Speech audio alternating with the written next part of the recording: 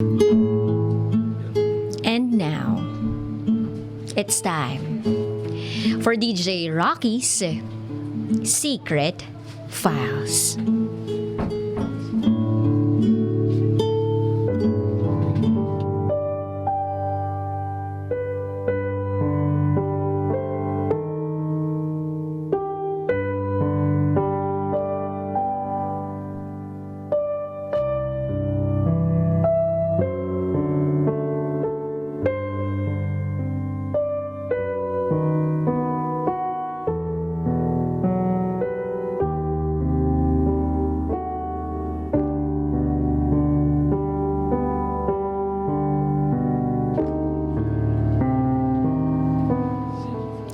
Sabi nila, kapag seaman ka, manloloko ka. At ako naman tong si Tarantado, pinatunayan ko naman na totoo ang sinasabi nila.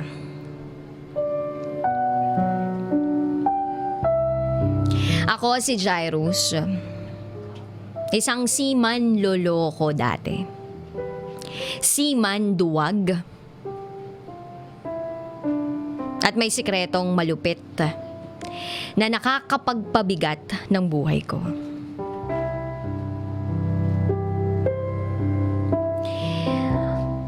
Ang napasukan kong trabaho, hindi naging madali. Lalo na emotionally at physically. Hindi ko iniinda ang lahat ng hirap para sa pamilya at para sa pangarap ko. At isa sa nagpapalakas ng loob ko ay ang girlfriend ko.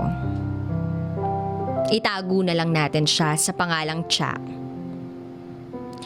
Sobrang mahal na mahal ko siya. Pinaparamdam ko sa kanya yung pagmamahal. At siya rin, ganun din.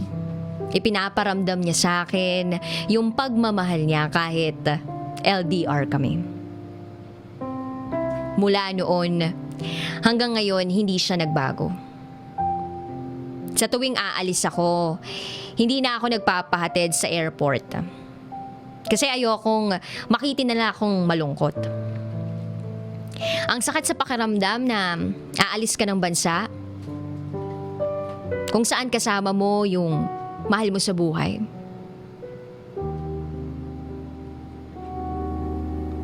Pero kailangan Kailangan kong magtrabaho. Sa Pilipinas at sa barko, kilala ako ng mga kababayan na stick to one. Sobrang loyal sa girlfriend. Maikwento ko lang, college pa lang nang maging kami ni Cha. Hanggang sa nagkaroon kami ng kanya-kanyang career. Fast forward nun, nagsimula na kaming mag-ipon ni Cha para sa future. Hindi biro yung pagtatrabaho sa laot. Minsan walang signal, kaya minsan hindi ko siya nakakausap. At habang lumilipas ang mga araw, inaasar ako ng mga kasama ko. Ang sabi nila sa akin, asus, loyal. Mambababae ka rin Nagpupustahan pa sila kung hanggang kailan daw ako magiging loyal. Sa akin, basta ako loyal ako. Alam ko naman na nandiyan ang tukso kahit saan pa pumunta. At alam ko sa sarili ko na hindi ko magagawa ang mga bagay na yun. Yung mag-inom nga lang ng alak, manigarilyo, hindi ko magawa. Mambabae pa kaya?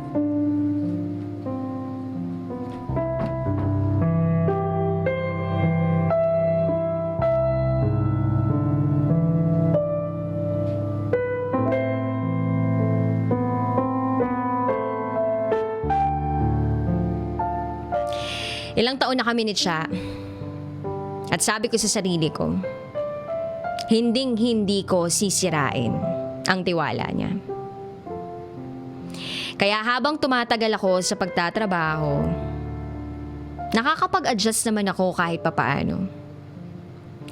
Pero dumating talaga sa punto na tinamaan ako ng sobrang lungkot. Yung tipong hindi ko alam kung saan ako kukuha ng lakas. At ang nakakalungkot pa dito, ang mga kasama kong Pilipino, kinakantsawan pa ako. Kaya sa mga oras na yun, naging mahina at naging marupok ako. Nahulog ako sa tukso. Nagkaroon ako ng iba't ibang babae. At lahat sila, nagalaw ko sa gitna ng kagipitan ng schedule ko. Alam ko, maling-mali yung ginawa kong yun. Alam ko, hindi lang ako nadaan sa kantsaw noon. Alam ko, ginusto ko rin yun.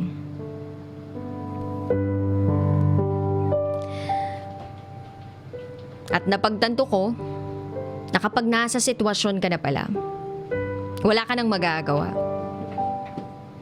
Ang hirap iwasan. Yung dating stick to one, naging salawahan. Oo, alam ko, mali. At malaking kasalanan to sa girlfriend ko. At meron isa sa naging babae ko ang nabuntis ko. Pero buti na lang, sakto, nag-end of contract siya. Kaya ang ginawa ko, kinausap ko siya. Nag-usap kami na sosuportahan ko na lang yung bata. Pumayag naman siya. At nung makauwi na siya sa Pilipinas, hindi na niya ako kinontak. Ang tanong ko nun, paano ko susuportahan magiging anak ko? Sinubukan ko siyang kontakin, pero wala. Kaya simula nun, ibinaon ko na lang yon sa limot. And then, lumipas ang mga panahon, ang sabi ko na lang sa sarili ko, mas magiging matalino ako ngayon. Magiging for fun na lang ang lahat ng magiging babae ko. Habang tumatagal, nakukonsensya na ako. Tinatanong ko na ang sarili ko na, bakit? Bakit ko pinasok yung ganitong klaseng sistema? Ano na nga ba yung nangyayari sa akin? Dati naman, nakakayanan ko ang lahat ng hirap at lungkot. Pero bakit ngayon, bumigay ako? Hindi na ako to. Hindi na ako to. Hindi na ako yung dating Jairus na minahal ni Cha. Hindi na ako yung taong minahal ng mga taong mahalaga sa buhay ko. Kaya dapat hindi ako magmalinis kasi hindi ako matino. Mahal na mahal ko yung girlfriend ko pero bakit ko siya sinasaktan ng hindi niya alam? Wala siyang kamalay-malay sa ginagawa ko sa kanya. Hindi na ako deserving na mahalin pa ni Cha. Habang nagmumukmuk ako, biglang may nagsalita na galing sa likod ko. Ang sabi ba naman, kung mahal ka niya, tatanggapin niya ang lahat ng ikaw at mapapatawad ka niya sa kung ano man yung nagawa mo.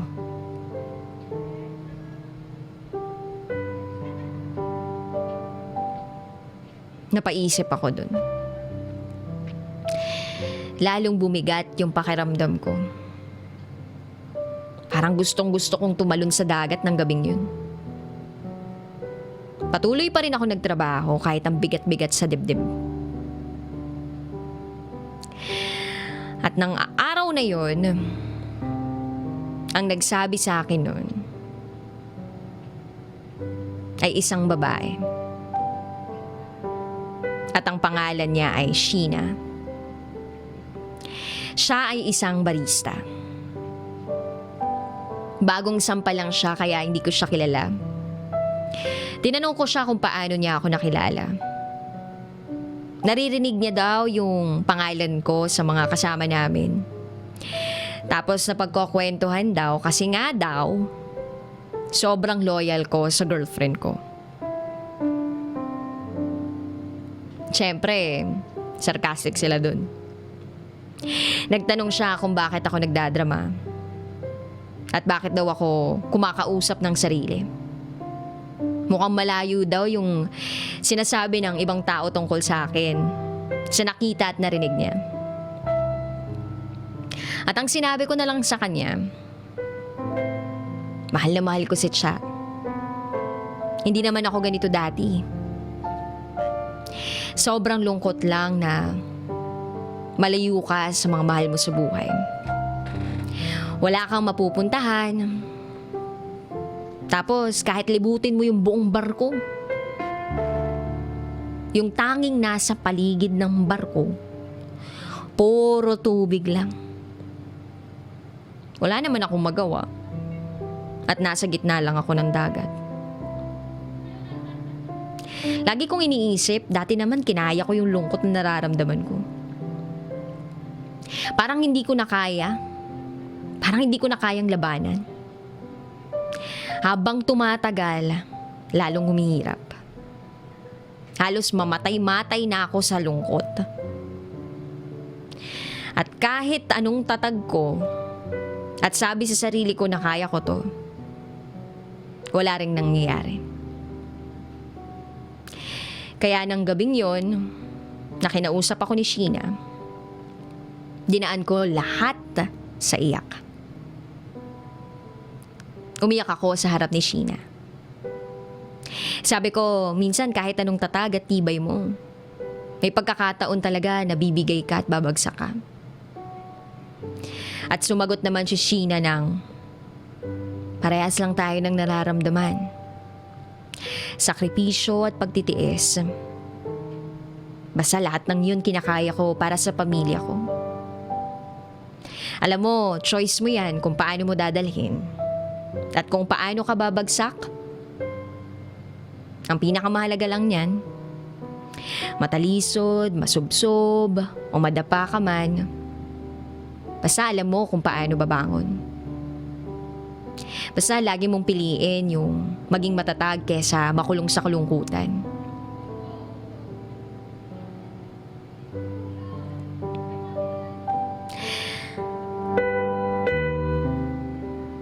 At simula nun, naging magkaibigan kami ni Sheena. Nagsasabay na kaming kumain kapag magka-schedule. Tapos, kapag break time, sabay kami. Kapag mag-stop over ang barko, hindi na kami bumababa para iwas gastos na rin. Basta naging sobrang close kami ni Sheena. Hanggang sa nagkaroon ng time, napadaong ako sa katawan ni Sheena. Hindi namin sinasadya. Kahit alam ko may asawa at anak na siya, hindi ko naisip yung girlfriend ko. Dumating sa punto na parang baliwala na sa akin si Cha. Kahit hindi kami mag-usap, ayos lang. Basta sa isip-isip ko nun, ang relasyon namin ni Sheena, pangbarko. 3 kontrata na nang magkasama kami ni Sheena. Hanggang sa hindi ko na natatawagan si Cha. At paulit-ulit ang mga nangyayari sa amin ni Sheena.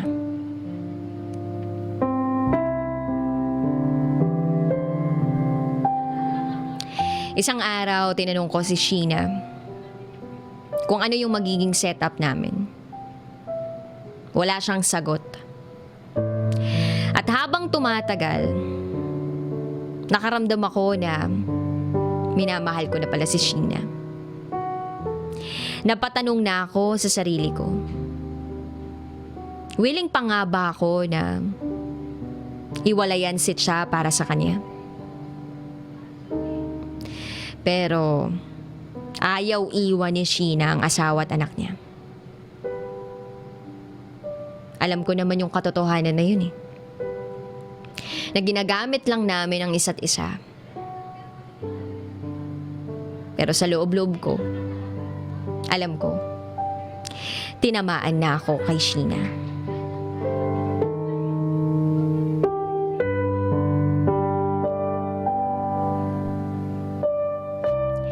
Tatlong linggo bago kami bumaba ng barko, kinausap ako ni Sheena. At sinabi niya sa akin, buntis daw siya. Nang mabalitaan kong yon, masaya ako. Pero may halong lungkot akong nadarama. May takot din. Kasi paano ko ipagtatapat kay siya? Paano ko ipagtatapat sa pamilya ko na nakabuntis ako ng babae sa barko? Naguguluhan na ako. Sobrang laki ng pagkukulang ko at kasalanan ko kay Cha. Hindi ko alam kung ano yung mangyayari kapag nalaman niya.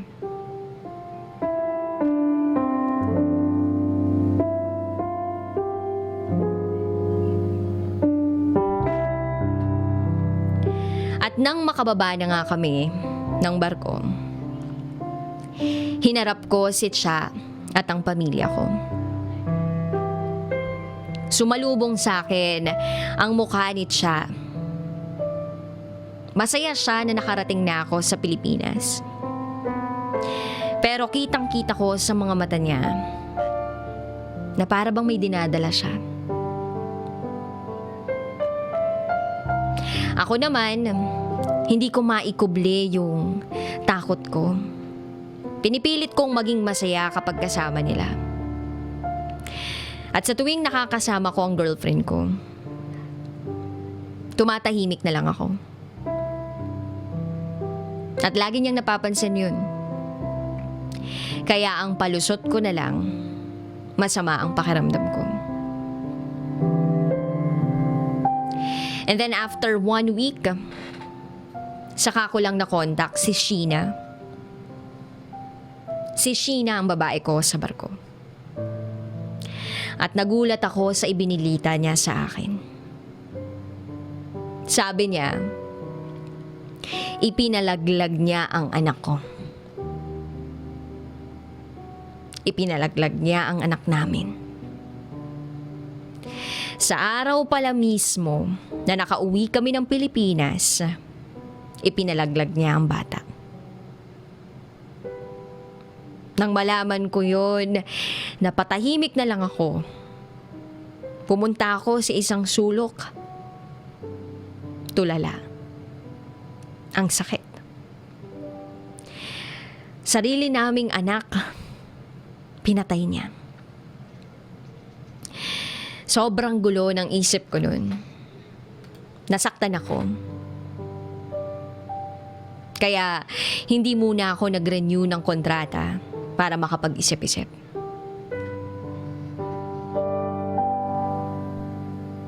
Dalawang taon, nabuhat na magtaksil ako sa girlfriend ko. Hindi ko pa naamin sa kanya ang lahat. Natatakot ako. Sa ngayon, wala nang pag-uusap ang nagaganap sa amin ni Sheena. At maayos naman kami ni Cha.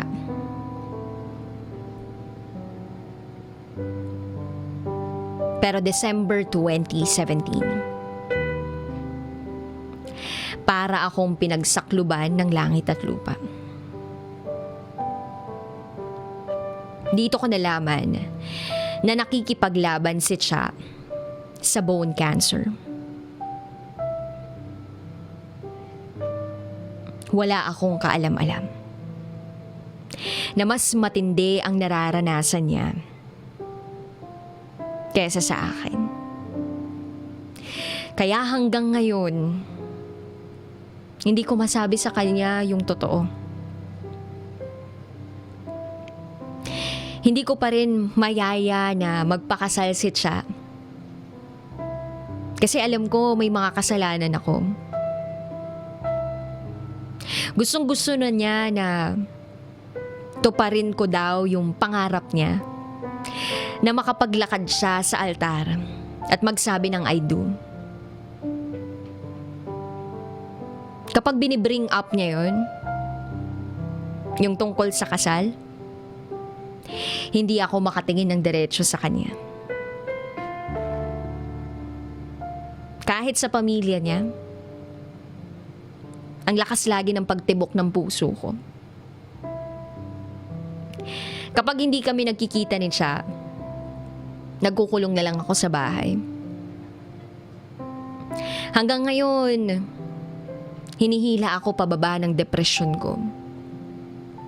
Wala akong makausap at wala akong mapagsabihan ng problema. Lagi ko na lang ipinagdarasal na sana sa akin na lang napunta ang sakit. Sana ako na lang yung pinaparusahan. Sana hindi na lang si Cha yung nagkasakit. Ang hirap-hirap, gusto ko nang sumuko. Gusto ko nang bumitaw. Hindi ko lang ipinapakita sa girlfriend ko na hinang-hinana ako. Lalo na kapag nakikita ko siyang nahihirapan sa kalagayan niya. Hindi ko na kaya na dalhin ang lahat. Habang siya nakikipaglaban, ako naman unti-unting bumabagsak. Nawawalan na ako ng pag-asang mabuhay pa. Okay lang mawala ako sa mundo. Basta wag lang yung girlfriend ko. At habang sinusulat ko ang secret file na to, bumabagsak ang mga luha ko. At siguro, isa ito sa mga paraan para mabawasan ang sakit na nararamdaman ko. Sa ngayon, sising-sisi ako sa lahat ng mga ginawa ko. Alam ko naman na may mga taong huhusga dahil sa mga nagawa ko. Pero sana matulungan niyo ako.